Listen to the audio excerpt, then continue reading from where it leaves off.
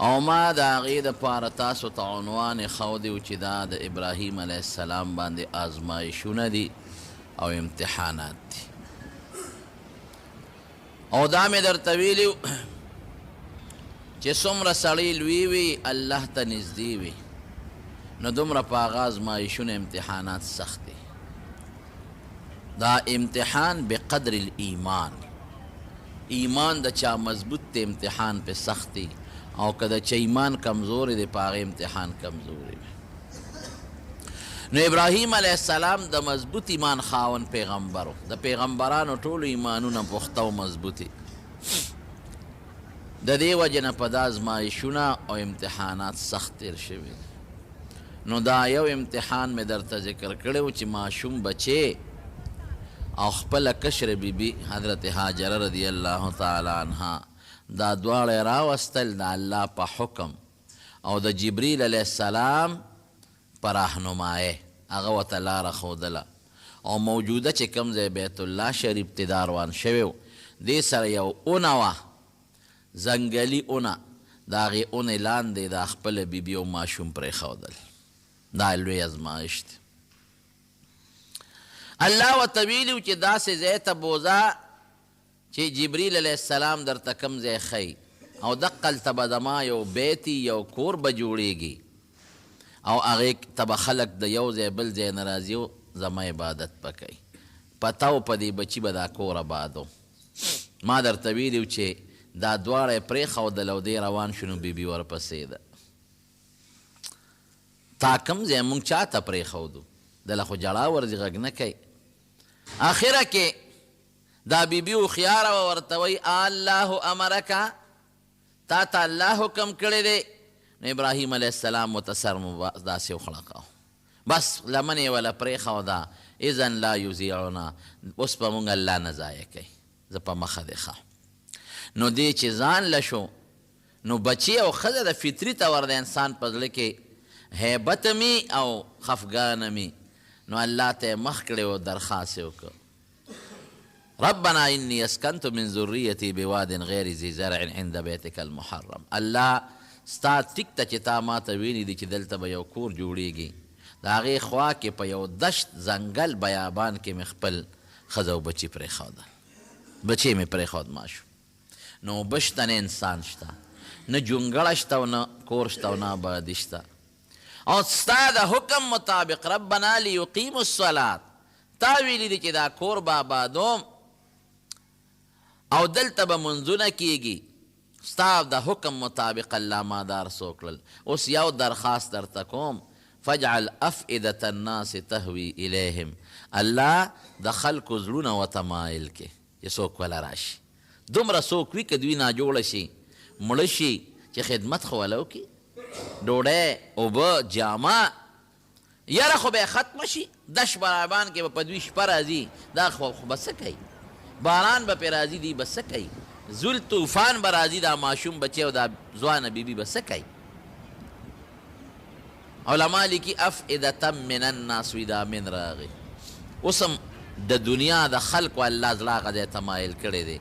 لکونه روپۍ لګوي خو چې هغه ځای ته لاړ شي دا د ابراهیم علیه السلام دعا قبوله ده. وایي که افئدة الناس لفظ یې ویلی او دا من پکې نه وي راغلی، نو په دنیا کې به بیا هېڅوک هم داسې نه پاتې چې هغه د بیت الله ته نه رسېدلی. ورزقهم من الثمرات، الله روزي ورکه خو ګورې میوې وله ورکه لعلهم یشکرون. او دا روزي چې ورکې دې له ورکه چې دې ستا پې شکریا ادا کړي، مستي پکې پیدا نه شي، کبر پکې پیدا نه شي، چې ستا شکریا ادا کړي. نو واقعي د ابراهیم علیه السلام دعا قبوله د مکه مکرمه د هر قسمه میوو نه ډکه ده. په مخ د ځمکه داسې میوه نشته چې هغه دې په مکه مکرمه کې نه. د هر موسم میوه هر وخت کې میلاویږي. اکثر داسې ملګري مې مخکې ورځو کې تېر ځل ماله چې انځر راوړل، یو انځر د مالټې عمره د غټې مالټې عمره یو انځر. ما وی وګورئ ورته دا د ابراهیم علیه السلام دعا د خدای قبوله کړې. او په مدینه منوره کې چا انځر ما ته راوړل د هغې نه م غټو. نو حضور پاک بیا مدینې شریفې له دعا کړې ده، یا الله مدینې له د مکې له ابراهیم علیه السلام دعا کړې ده او مدینې له زه دعا کوم. الله مکې له چې د کوم برکت ورکړی د هغې دوچن ډبل برکت مدینې له ورکړه. ملګرو ته مې وې د مکې مکرمې د انځر نه د انځر غټ دی، هر ځای نه وله میوې راځي. یو ځل مې یو ملګري ته وې مې یو شی مې پکې ونه لید، وایي څه شی دی؟ مې وږې مې پکې ونه لید. هره میوه شته خو وږې نشته. وایي ته راځه د مټۍ ونیوم او یو ځای له یې بوتلم، هلته وږي خرڅېدل او دا پاخه وږي دا اوبو کې چې پاخه کي که نه دا وږي پکې خرڅېدل، غټ غټ داسې وږي لکه دا اوس چې دا هایبریډ زمونږ په دې وطن کې راوتي. دلته لا دا نه و، هلته و. زه مې بس هغه ارمان مې ورجېد، وږي م پکې نه ویورېږه. ماښام به دله بل شی راوړم. نو ماښام یې رجېدلې لکه وږي چې سړی پاخه کي وږي دا ورواته نه پاخه کي او دا دانې ته ورجې دقسې رجېدلې دانې د جوارو راله راوړې پخې. مې دا کم دی؟ وي دا د مخکې مارکیټ کې خرڅېږي، هر شی درته میلاوېږي، هره میوه میلاوېږي. دعا یې الله قبوله کړه او د خلکو زړونه الله مایل کې. نو د یو ځای بل دی نه د دنیا خلک لکونه روپۍ لګوي، عمرې لمځي او حج لمځي او رمضان کې مځي او دغه پاک ځای سره الله د مسلمان شوق پیدا کړی دی. الله دې وله مونږ بوتلی کړي. آزمایش شروع شو. ابراهیم علیه السلام د الله په حکم لاړ. تاسو خپله زړه کې دا اندازه ولګوئ چې دی غریب به څونه غمجن و او څونه پریشانه به و، ځکه دقه یو بچی دی، بل شته م نه، هم په بوډاوالي کې الله ور نصیب کړی دی، بل نه لور شته او نه زوی شته. بیبي یې هغه ماشوم غېږ کې نیولی دی او ماشوم له پی ورکوي او ابراهیم علیه السلام ورسره لږ غوندې په یو تیلی کې کجورې راوړي دي او یو بتکي کې ورته لږې شانتې اوبه راوړي دي. نه دغلته خوږې اوبه شته او نه د خوراک څښاک انتظام شته. هغه اوبه خلاصې شو، کجورې هم ختمې شوې، د مور په سینه کې پیم ختم شو. ماشوم په جاړه شو. ماشوم خو خوراک پسې جاړي، هېڅ هم نشته، نه څه شته چې د ماشوم له اوبه قدرې نشته چې د ماشوم له خوله کې یو دوه درې څاڅکي ورکړي. او د مکې مکرمې ګرمي الله اکبر بل شان ګرمي ده. نو دا غریبه پریشانه ده چې خدای د ماشوم بچي سره څوکم، دا بچی مې جاړي، نه زما سینه کې پیشته چې وله ورکم، نه اوبه شته، نه د خوراک څه شته، خپله به برداشت کم دی بچي سره. او بچی ورته په ژړا شو اسماعیل علیه السلام. نو بچی په ځمکه سمله په شګو د پاسه، بستر هم نشته چې سمیلی پې، ببوز هم نشته چې ورته وي د ګرمۍ نه. هغه جاړي او دا لاړه مخامخ یو غونډی د صفا ورته وي، هغې ته وخته. خوا کې ورسره غټ غر دی جبل ابي قبیس، خو هغه اوچت دی، هغې ته نشي ختلی. هغې د صفا غونډۍ ته وختله. ګورم که څوک راروي په لاره تېرېږي او زه ول اواز ورکم لږې اوبه ترې وغواړم چې دې ماشوم دا مری خو لمده شي. نو ویې کتل هېڅوک نشته. نو مخامخ بله غونډۍ د مروه ورته وایي، هغې ته روانه شوه. ګورم که هلته کې څوک د دې غونډۍ شاته رواني په دې لار او زه ول اواز ورکم لږې اوبه ترې والم. نو د لار منځ کې پکې یو خوړ غوندې و، اوبه نه وې پکې، اوچ خوړ، باران کې به پې اوبه راتلې. دی به غونډۍ ته وکتل، نو دا خپل بچي ته به یې کتل. په دې سوچ کې ده چې دا بچی خو به مې مري د لوږې د لاسه، د تندې د لاسه، خو چې څه وخت به مري. بچي ته به یې کتل، روانه به وه. نو چې هغه خوړ ته به ورسېدله نو هلته به ورته بچی نه ښکارېده، نو هلته به یې منډه کړه. نو چې د خور نه به پورې وته نو بیا به یې په شاشه خپل بچي ته کتل. نو مروه ته لاړه، نو هلته ګوري یو خوا بل خوا هېڅوک نشته. بیا د هغه ځای نه غریبه را روانه شو. بیا لکې سوچ راځي، یاره دې غونډۍ ته بیا خېجم، تمی د انسان که نه، یاره که څوک په دې لاره تېرېږي یو ګوټو به ترې وغواړم. نو بیا دې غونډۍ له راله، بچي له نه راځي، زړه نشي نیوی د بچي چغو ته، جلا ته زړه نشي نیوی چې که زه ورلم بچی راوچت کړم، نه خو نه قلاریږي، خو تږی دی، اوږې دی، هغه له زه څه ورکړم. نو اووه چکرې ووالې، هغه د خوړ ده چې به کله راورسېد هغې کې به یې منډه کړې او چې پورې به ورته یو خوا بل خوا. نو بیا به یې په شا د خپل بچي ته کتل. مروه ته ورسېده. چې مروه ته ورسېدله نو د بچي جړا یې بنده شوه، جړا یې ونرېده، جړا نشته د بچي. او داسې یو سړی ولا آواز ورکوي، یو انسان ولا آواز ورکوي چې د ده غوږ له داسې د انسان آواز راغی. نو دې چغې کړې وې څوک یې ته، لکه څوک چا نه مدد غواړي. ای انسانه څوک یې، لږ زما امداد نشي کولی؟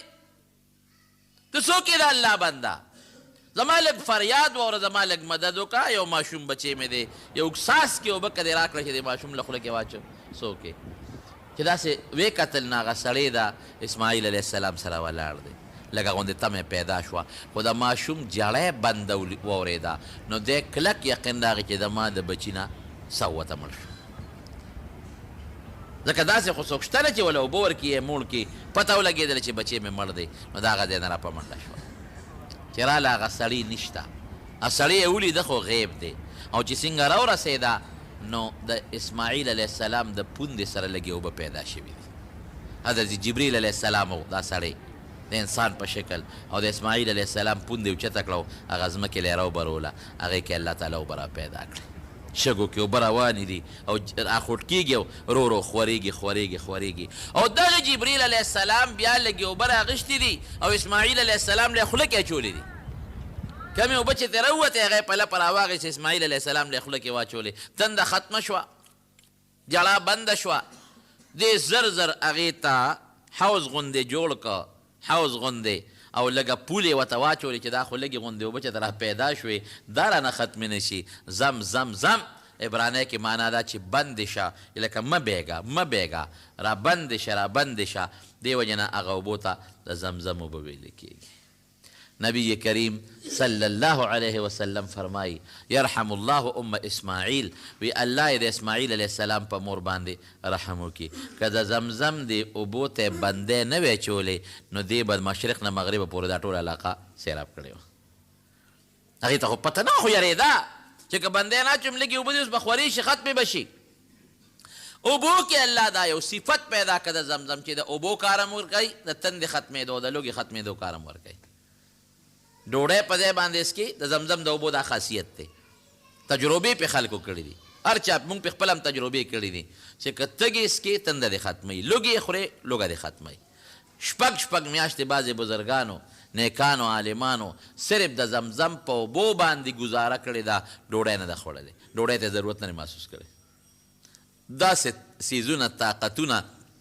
الله په دې اوبو کې پیدا کړي زمزم په اوبو کې چې دې کې د وجود ته چې د کم څیز ضرورت دی هغه ضرورتونه وجود پوره کوي وی ډوډۍ نه خورم څه په دې اوبو ګزاره کوم او واقعي نورې اوبه چې سړی اسکي ډېرې اسکي زمزم اوبه چې ښه تږې مې دوه ګیلاسونه زیات نشي څکلی په درېیم ګیلاس به ته زړه ووایي ته به وایې چې به زړه مې ډک شو بیا به دې شوق نه راځي اوبو ته هغه د زمزم اوبه ورو چینه لاندې زی تر اوسه پورې څومره د اسماعیل علیه السلام د ماشوم خپې برکت دی او یو معجزه شوه چې الله تعالی د زمزم اوبه د دنیا ګوټ ته ورسولې که نه په لکونو حاجیان دي په لکونو په دې حج کې 50 لکه او 40 لکه خلک دي تاسو خپل اندازه ولګوئ دا ټول به در وایي څومره اوبه څکي دا ټول د زمزم اوبه څکي مدینې منورې ته له دې نه باقاعده ټینکرې روانې دي مدینه منوره د زمزم د اوبو نه ډکه ده کولرې پرتې دي دا په مدینه منوره کې یو سړی وایي چې زمزم اوبه درته میلاویږي مسجد قبا کې د زمزم اوبه میلاویږي درته جدې ته زه تللی یم یو جومات ته په جده کې د زمزم اوبه پرتې دي بعضې صالحان خلک دي نیکان عرب هغوی مستقل د زمزم د اوبو نه ټینکرې ډکوي او مختلفو ښارونو ته یې لیږي او هلته کې خلک څکي او یو حاجي چې راځي یو ټپکه دوه ټپکې هر یو حاجي ځان سره خپل وطن ته وړي او څکلې کېږي څومره اوبه نه اوچېږي او نه خوند خرابېږي او نه پکې خړ او شګه را پیدا کېږي دا د خدای د قدرت لویه نښه ده قرآن شریف کې الله فرمایي فیه آیات بینات مقام ابراهیم وایي په بیت الله سره خوا کې د الله د قدرت غټې نښې دي یو نښه پکې زمزم کړي یو سړی که نه مني لاړ دي ته تجربه دی کړي د هغې خوا کې د دنیا تجربې شوي دي بورینګونه شوي دي د نورو اوبو د تکل دپاره لیکن دغسې اوبه نه دي پیدا شوې که اوبه چې زمزم دي 4 موټرې پې لګېدلې دي 24 ګنټې چلیږي 2 بندې وي دمکی یې او 24 ګنټې چلیږي چې یو بندی بل ورسره چالو کوي او د دې نه د اوبه داسې روانې دي د دنیا خلک سیراب شو په د اوبو باندې هر ځای ته ورسېدلې نو دا د زمزم اوبه چینه پیدا شوه الله تعالی د اسماعیل علیه السلام او د مور کار وکړه هم پې تنده ختمېږي هم پې لوږه ختمېږي دا ازمایش و الله مدد وکړه اوس دې د الله نه ابراهیم علیه السلام خو سوال کړی دی او اسماعیل علیه السلام هم د مور هم په دې سوچ کې ده چې الله که داسې څوک رالل چې